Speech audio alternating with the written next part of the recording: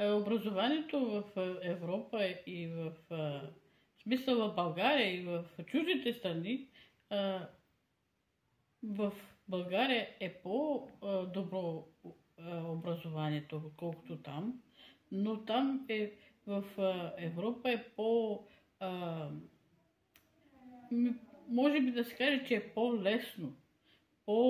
Няма толкова предмети, които се обучават. Според мен това са излишни. Да речем, има там някакво образование, което е до 10-ти клас или след това, след 10-ти клас, те може да, примерно, като средно специално е тяхното училище. След 10-ти клас може да стане, да речем, зъботехник или медицинска сестра, но те нямат висши в това, нали, той като е средно специално е някакъв техникум.